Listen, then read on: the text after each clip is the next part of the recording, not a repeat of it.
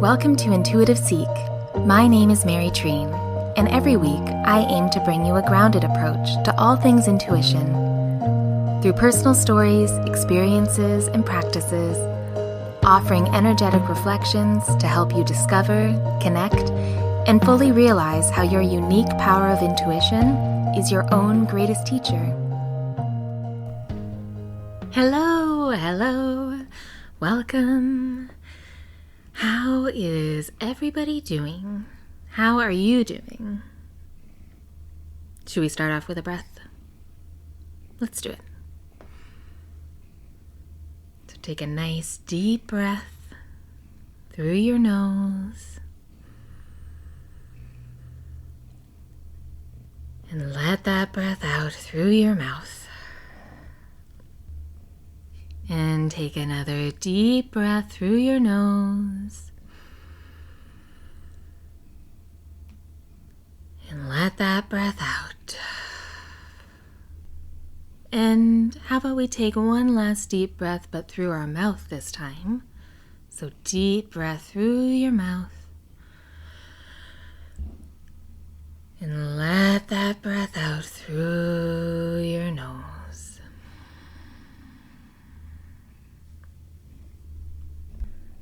All right. Well, that was exactly what I needed, and I hope some of you needed that too. Or I hope you skipped ahead 15 seconds or 30 seconds. Do what you have to do. It is all good. But today, I really felt called to talk about more of the kind of beginning of when I started training and learning the modality of Reiki. Started really kind of understanding what energy and energy healing is all about in a grounded way, which is what I love about this podcast. It's like talking about all these things that may seem a little bit out there, but are actually incredibly natural and so exciting. If you heard my cat Bandit a couple of times, I'm leaving it in because he's kind of a co-host at this point, right? A little bit. But he definitely understands energy. That is for sure. Because anytime I'm talking, he wants to talk too. And like attracts like most of the time. So last year, I started teaching Reiki and training and certifying Reiki practitioners privately, one-on-one, and moved into small groups. And then this year, I'm really expanding that in an exciting way that I really love. And I know it will evolve as well. But because I've been working on that, I went back and started reading the journals I kept when I was in the midst of learning this new healing modality.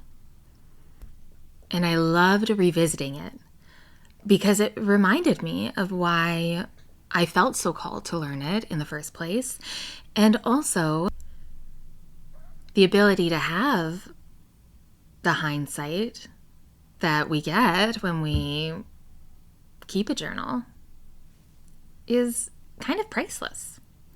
Because don't you find that when we have a memory of something that we did or experienced, it tends to be kind of clouded or tinted by the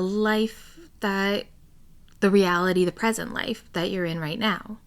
So before I read my journals, when I really thought about the beginning and the first time when I was learning my level 1 and connecting to my own energy and really feeling it for maybe the first time, truly, when I thought back to that, I had a certain idea of what it was like because I'd had all of this experience in between. And now I'm how many years later? And what I was really reminded of by going back and reading what I wrote was how much learning, training to become a Reiki practitioner how much it was really, truly about working and healing my own energy. Because I really went into it thinking, oh, well, this could be kind of a new direction. This is something I can offer to others, which is a really good thing to kind of think about if you are feeling called to learn a healing modality, energy healing modality, spiritual modality, however you want to describe it. When we kind of feel that pull, you can call it, kind of a pull from your intuition, and that can come as, just a little voice in your mind that's asking or saying, maybe I should do that. Or what happened for me was there was a lot of people in my life that would just kind of start talking about it, or that they had a friend that was a Reiki practitioner, or a grandmother that did it for, their life. What really started to happen was people would just kind of like mention it to me, but like literally asking me, have you ever done Reiki?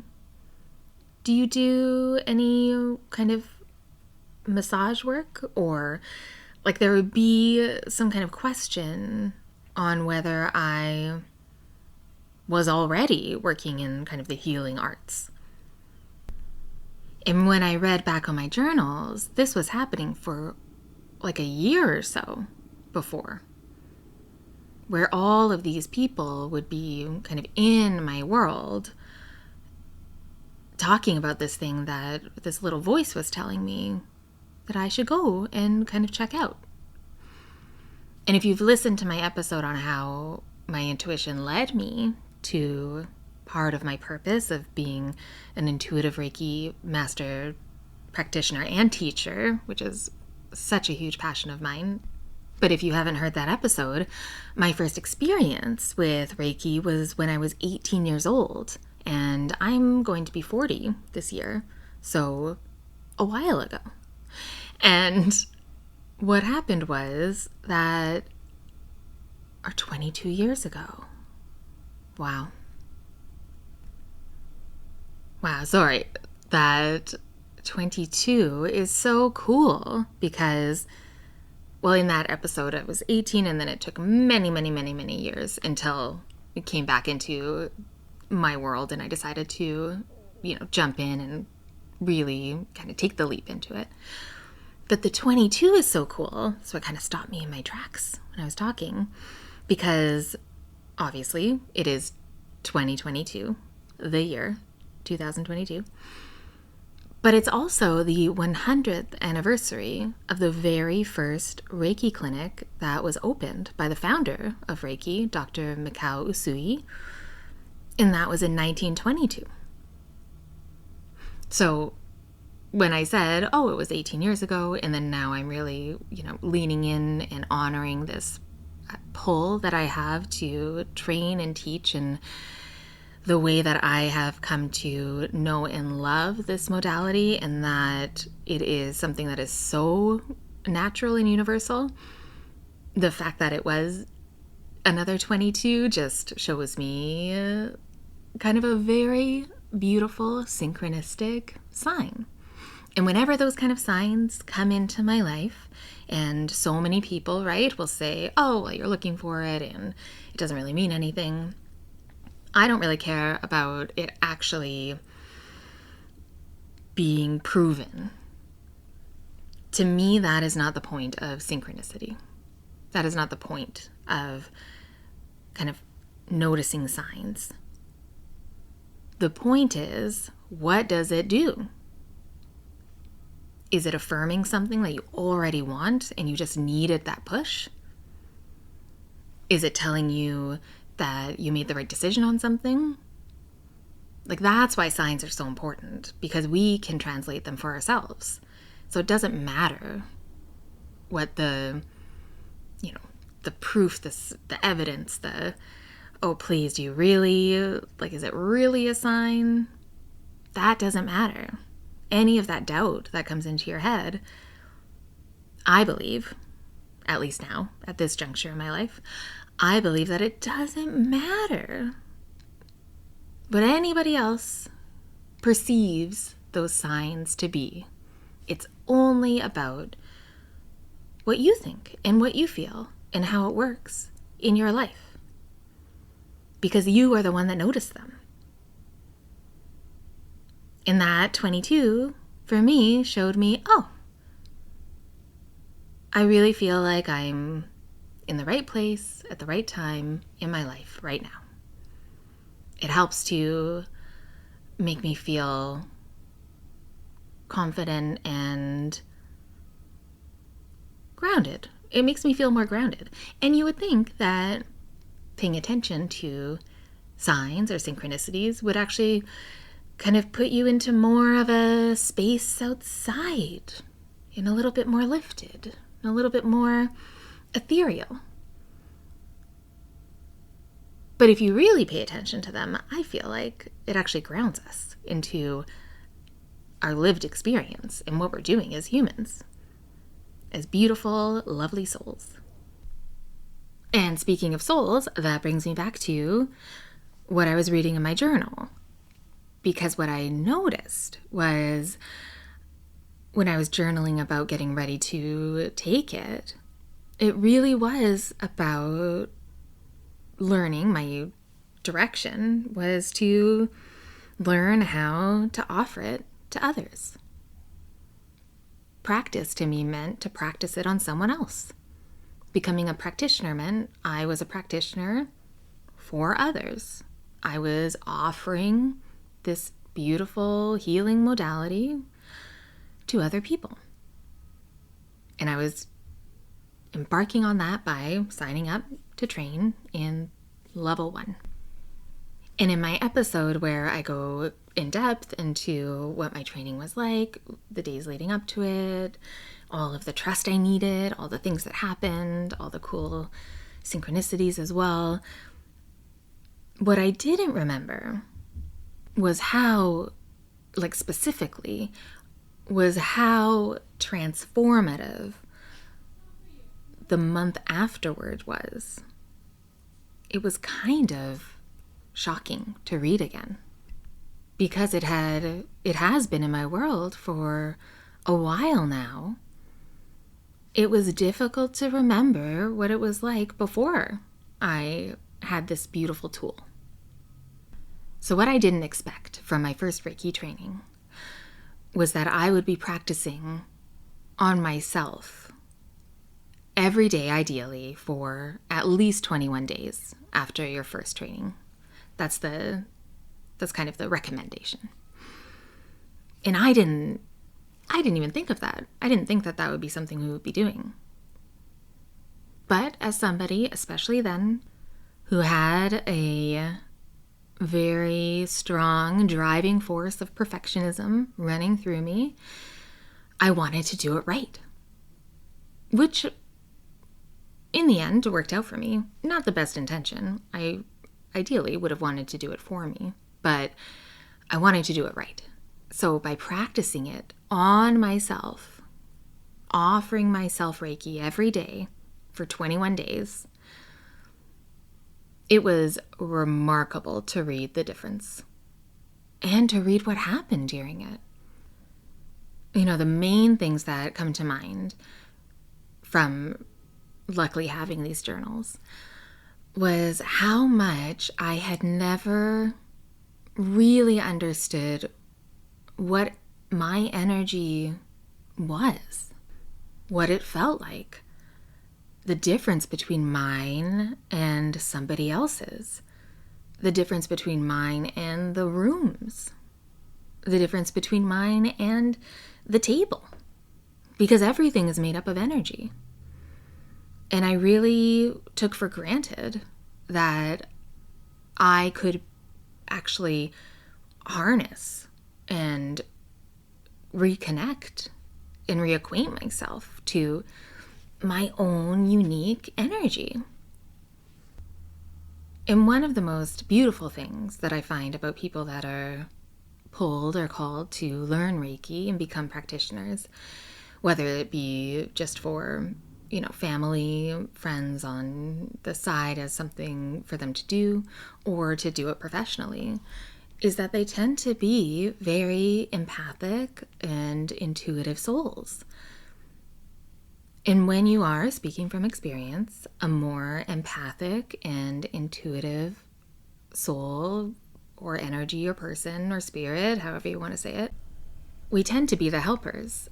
And it can be, from my experience, very difficult and challenging to even wrap our minds around how taking care of ourselves, taking care of our own energy, taking care of our emotional health and our physical health, but really our energy kind of encapsulates all of those.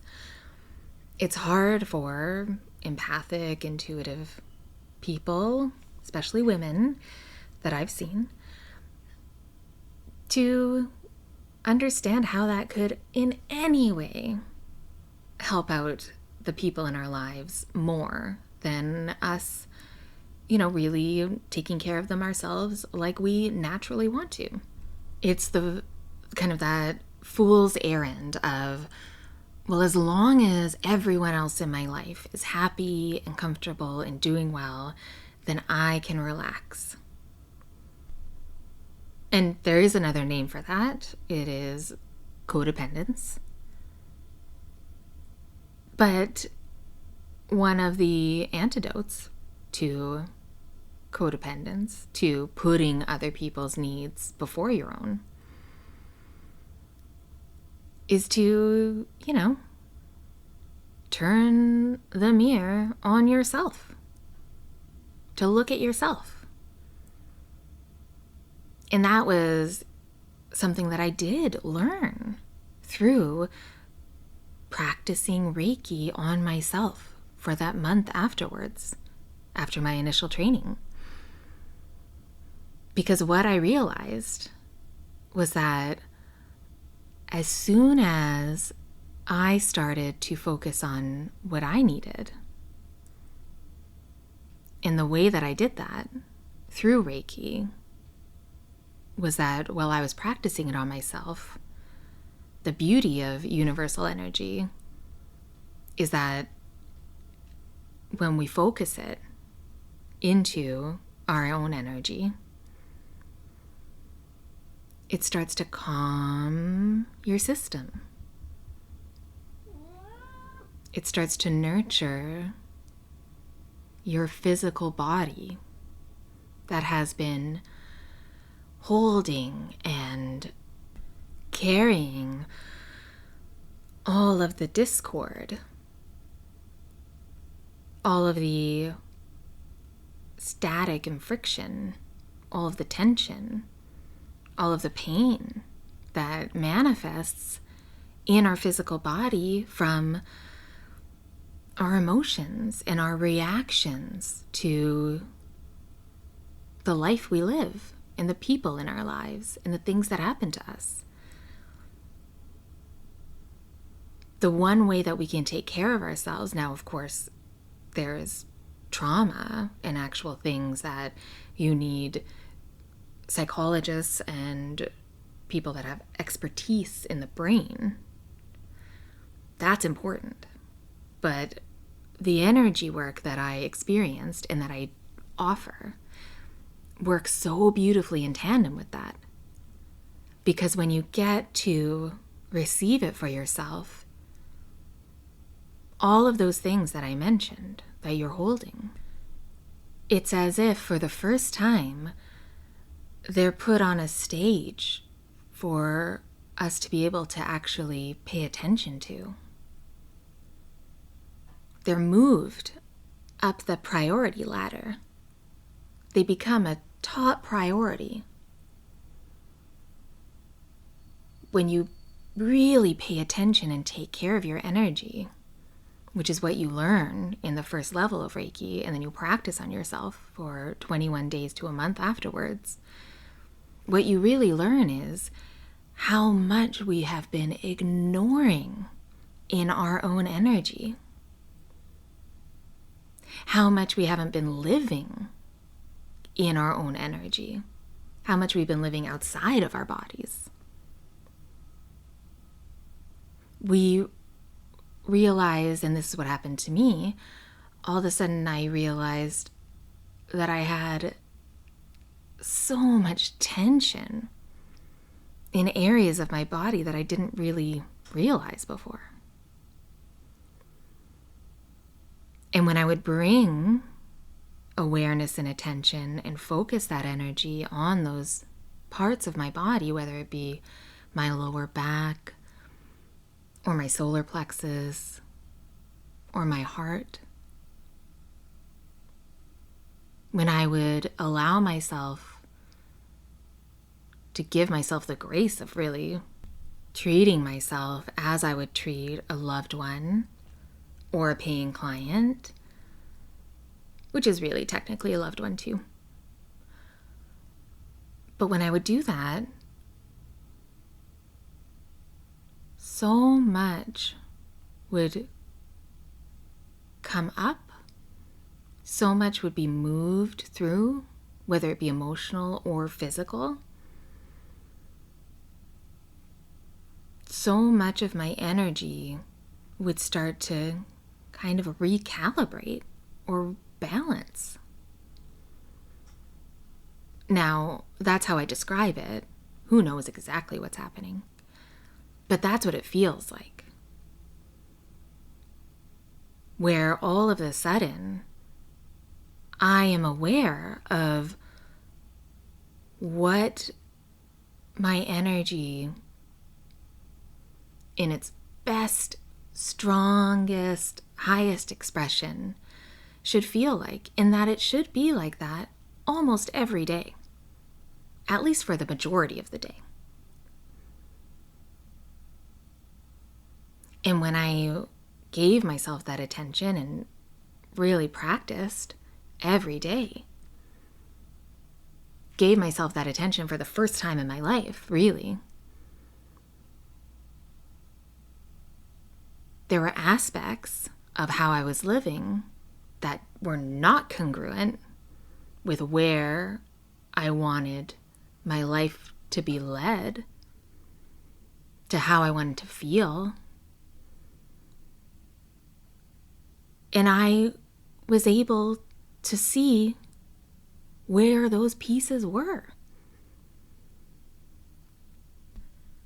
And by focusing on my own energy and offering myself Reiki every day, the clarity that came through, like so much of what I'm doing right now, I saw for myself after that initial training. It was a dream. At that time, I couldn't really believe that it was possible to use my intuition, to use my tools as a Reiki master and teacher, to actually do it for a job, to love the job that you do. What? What is that? I thought that was reserved for the chosen lucky ones. And I thought that I would just have to manage my energy, work a job I didn't like, and do everything that I loved outside of that, in the shadows, in the corners. But that wasn't the case. And looking back, I really see that if I had kind of rushed into level 2 of learning how to offer Reiki to others as a very empathic, intuitive person, I don't know if I would be doing this professionally, because my intentions would have been completely different. I would have had and I wouldn't have learned or created any proper boundaries in my energy, because I didn't know what my energy felt like. So I didn't know what it was like until I did. I didn't know what it was like, or that I was always just kind of offering every bit of whatever I could give to other people until I was out of it. And of course, my intention now is to still help people and offer whatever they need to realize how much they hold, how much wisdom and guidance that they can access in themselves once they have learned to reclaim those parts of themselves back together again and honor their own energy, which is what Reiki is very good at helping us with. And then what happens after that is you build so much trust in yourself because you're not fractured in your energy anymore. You're not compartmentalizing pieces of yourself to please other people around you before yourself. The depth of clarity that I received from committing to learning and focusing on my own energy, when I committed to healing all aspects of my being, which is a lifelong commitment, there is no wrong way to go.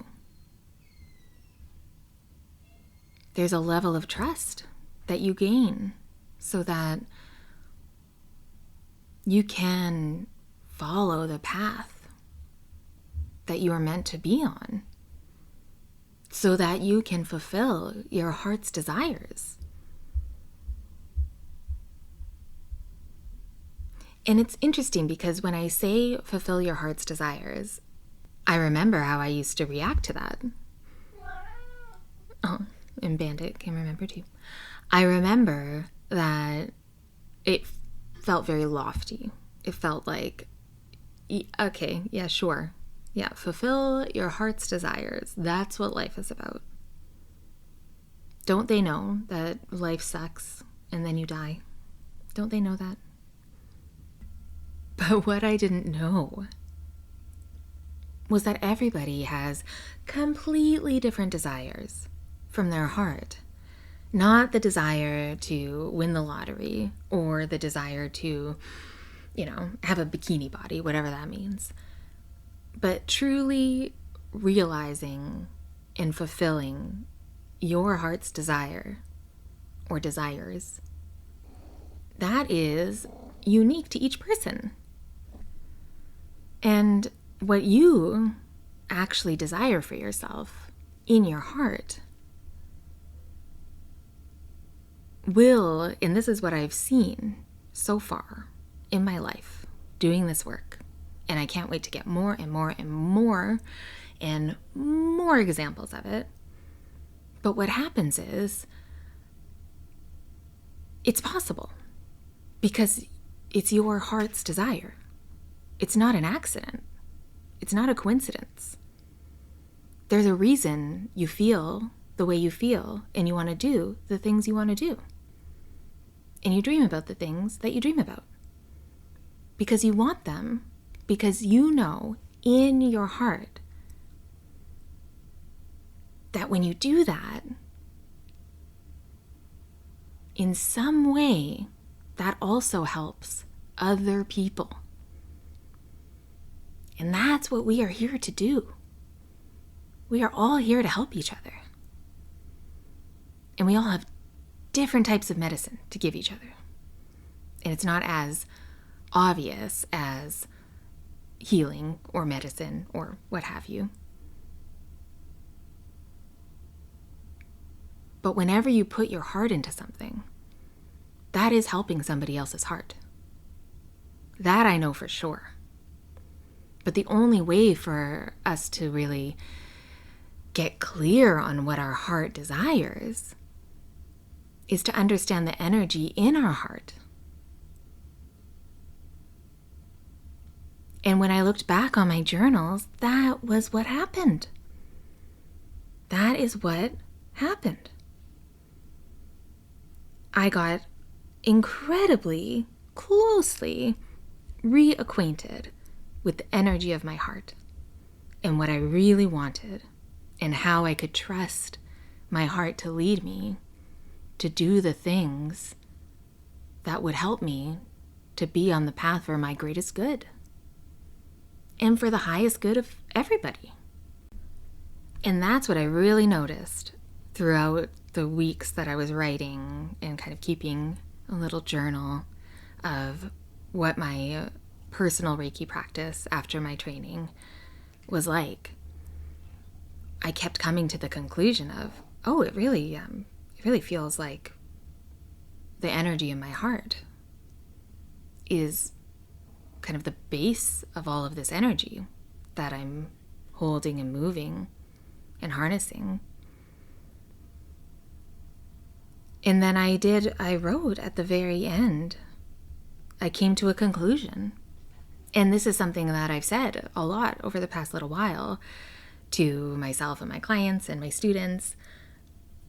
But I realized it after integrating the training and healing, offering that healing to myself for at least 3 weeks after, was that I, for so long of my life, for so long was intellectualizing every feeling in my body. Everything that happened, I would try to figure it out in my brain. But you don't start at the brain. You don't start in the mind. When you get to know your energy, you actually start in the heart. And what I wrote was, it's all the same. Universal energy, it's all the same. It's all a different piece of love. That's it. And when you are able to get really clear about the energy of your heart, then you can start to trust your mind, because you know when it's your heart speaking and you know when it's not. And that's how you can trust in your purpose. And that's how you can fulfill your true heart's desires, because they are unique and they are yours for a reason. And that was a little bit of a Reiki ramble, but thank you for going on the journey with me, because it was such a beautiful remembering for me to look at my journal and really see the difference in what understanding and connecting to my energy and to my heart's energy, how much that changed me and changed my life. So thank you so much for listening to this episode of Intuitive Seek. I hope that you received at least one valuable thing, and I hope you enjoyed the breathing at the beginning. And please reach out to me with any questions, or if you want to share anything that may have come up for you during this episode, you can follow and message me on my Instagram at Treenlight, TREENLIGHT, or email me at hellotreenlight@gmail.com. And you guessed it, you can check out my website, treenlight.com. I will have all the links in the show notes for you, so you don't have to do any Googling. I will have them there for you. And you can learn more about my work and how I can support you. And you can read more about the Reiki trainings and certifications that I'm offering. Definitely some events are coming up too, which I'm very excited about. And they will be online, so don't worry, because I know I have more of a global audience with this podcast, which I'm very grateful for. So I'm always looking to figure out how all the things that I can offer can be received by anyone from around the world. So thank you again, and truly I am so grateful for all of your support. Be kind to yourself, and I'll talk to you soon.